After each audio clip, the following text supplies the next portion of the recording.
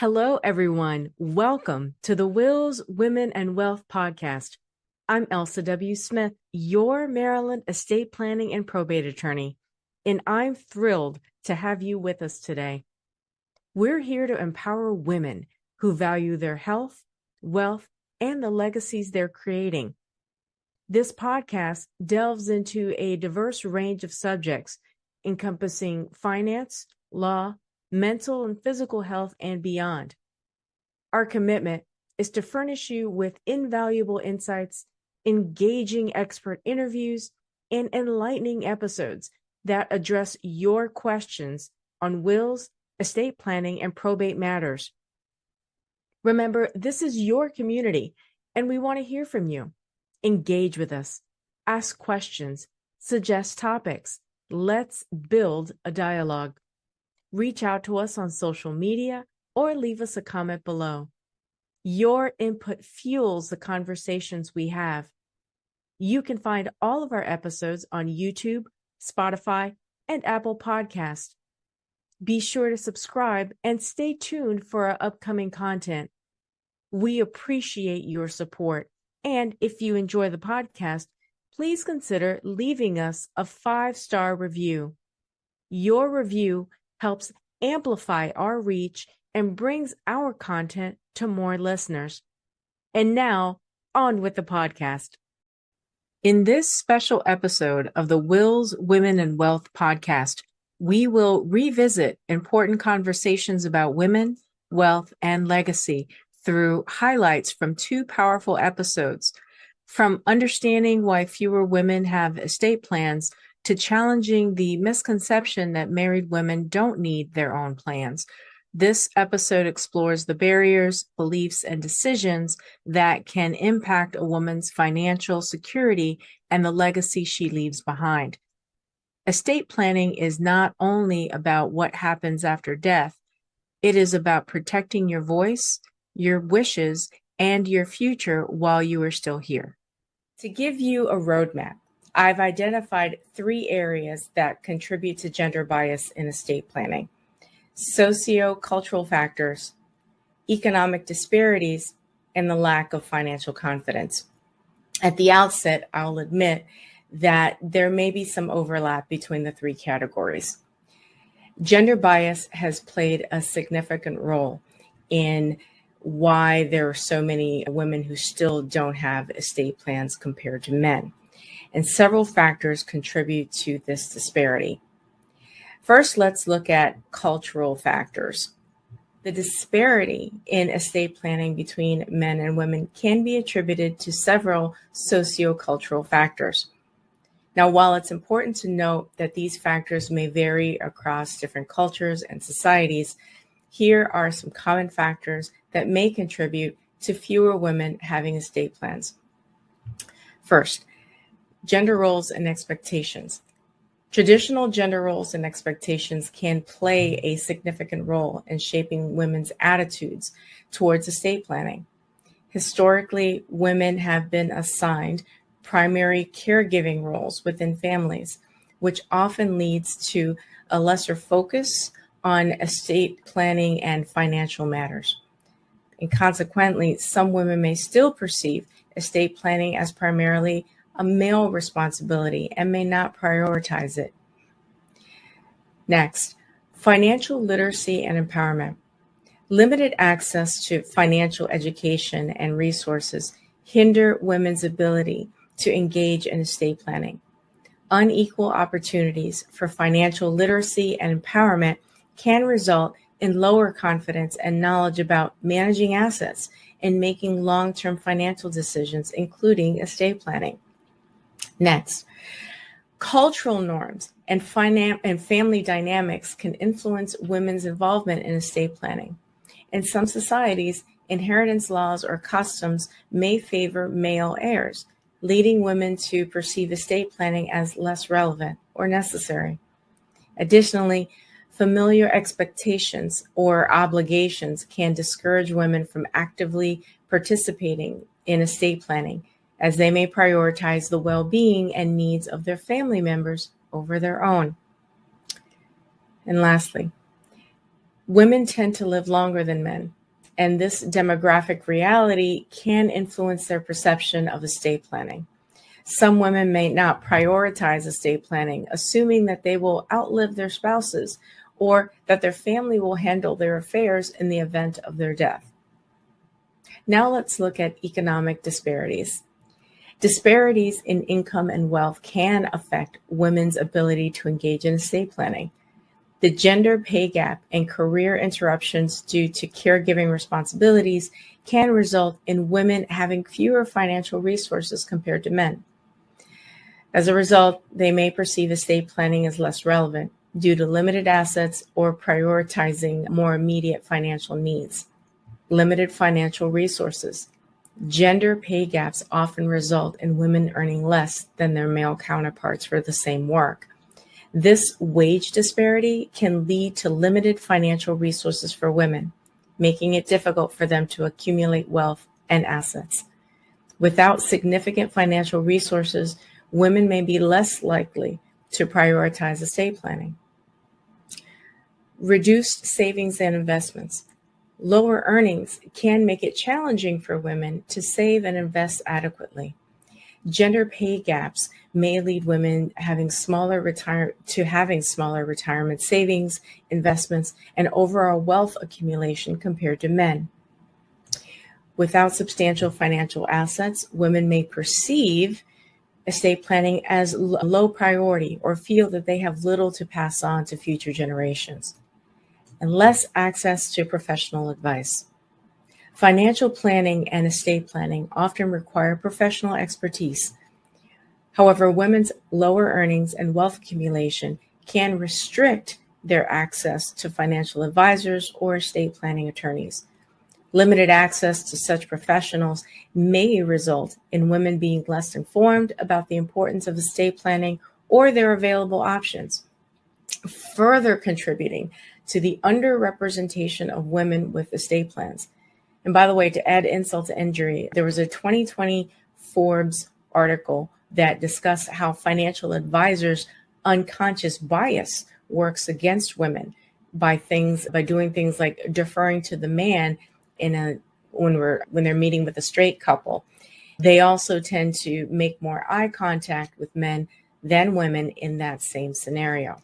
A lack of financial self-confidence can certainly have an impact on why fewer women have estate plans compared to men. Here are some ways in which it can influence this disparity. Decision-making power. Women who lack financial self-confidence may feel less empowered to make important financial decisions, including estate planning. They may doubt their ability to navigate complex financial matters or lack the confidence to engage in conversations about wills, trusts, and other estate planning instruments. Knowledge and awareness. Financial self-confidence is closely linked to financial knowledge and awareness. Women who lack confidence in their financial abilities may be less informed about the importance of estate planning, its benefits, and the specific steps involved. This lack of awareness can lead to procrastination or avoidance of estate planning. Fear of making mistakes. A lack of financial self-confidence can create a fear of making mistakes or making the wrong choices when it comes to estate planning. Women may worry about not understanding legal jargon, making incorrect decisions about beneficiaries or assets, or being taken advantage of by advisors. This fear can be a barrier to taking action and seeking professional guidance. Women often bear a disproportionate burden of familial caregiving responsibilities, including caring for children, elderly parents, or other family members. These caregiving responsibilities can consume significant time and energy, leaving women with less bandwidth to prioritize their own estate planning needs. Family dynamics and responsibilities can play a significant role in why fewer women have estate plans compared to men. It's important that this is a general observation, and it certainly doesn't apply to every individual or situation. While understanding the barriers that prevent many women from creating estate plans is an important first step, the conversation does not end there. Another common misconception is that married women may not need their own estate plan because their spouse has already taken care of everything. In this next highlight, we explore why relying solely on a spouse's plan can leave women vulnerable, and why every woman deserves a plan that reflects her own wishes, needs, and legacy goals. Our estate planning firm frequently receives calls from married couples inquiring about the estate planning process. Now, for purposes of today's discussion, I'm going to be referring to married couples where there is a husband and a wife. In this case, you'll hear me refer to John and Paula. Now, there have been instances where the husband, to the surprise and dismay of his wife, confidently declares that she doesn't require an individual estate plan because he's got it covered. I'm pausing for effect. While it's great that John is stepping up and taking responsibility, we also need to make sure we're not overlooking important things like Paula's personal needs and wishes. Finding a balance between working together as a team and recognizing that everyone has their own unique estate planning needs is really important to make sure the family's financial future is secure for everyone. However, here's why the belief that, in this case, Paula doesn't need an estate plan is dangerous and misguided. As I passionately preach on this podcast time and time again, let's prioritize your present and future together because you are worth every ounce of protection and care. First, let's review what an estate plan is. An estate plan is a comprehensive set of legal documents and strategies designed to manage and distribute an individual's assets and affairs in the event of death or incapacity. Estate planning involves making decisions about how a person's belongings, financial resources, and responsibilities are handled. I'll be addressing 7 key topics that highlight the significance of ensuring Paula's voice is heard through her own estate plan. First, financial vulnerability. Mandating that Paula rely exclusively on John for financial matters introduces a potential scenario of heightened vulnerability, especially in the face of John's, and let's assume he's the primary earner here, in the face of John's incapacity or demise, right? So in those circumstances, the absence of Paula's own individual estate plan could exacerbate financial uncertainties. Emphasizing the importance of Paula having her distinct estate plan is not only a matter of financial prudence, but it's a fundamental step toward ensuring her financial autonomy and security. Individualized estate plan allows Paula to proactively manage and protect her assets, make informed decisions, and navigate the complexities of her financial affairs with confidence in times of unforeseen events. This proactive approach is an essential component in fortifying her financial well-being, fostering independence, and mitigating potential challenges that may arise during critical life transitions. Let's look at the next issue. Disregarding individual wishes. Paula may have unique preferences and priorities regarding the distribution of assets, healthcare decisions, and other personal matters. Relying solely on John's plan may not adequately reflect Paula's wishes. Neglecting the consideration of Paula's individual wishes in estate planning poses a significant risk. Paula, like any individual, may harbor distinct preferences and priorities concerning the distribution of assets, healthcare decisions, and personal matters. An exclusive reliance on John's estate plan may inadvertently sideline these unique wishes. Each person's life experiences, values, and relationships contribute to a nuanced perspective on how their estate should be managed. To ensure a comprehensive and respectful approach to estate planning, it's imperative to recognize and incorporate the distinct wishes of both spouses, fostering a more equitable and personalized strategy that genuinely reflects the complexities of their individual lives. Changes in relationship dynamics, depending on John's estate plan, might overlook the potential shifts in financial contributions, evolving roles, and the overall nature of their relationship.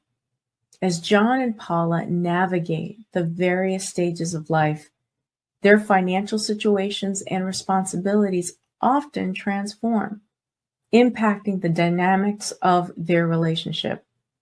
An estate plan crafted with an understanding of these changes ensures that it remains a relevant and accurate reflection of the couple's current circumstances.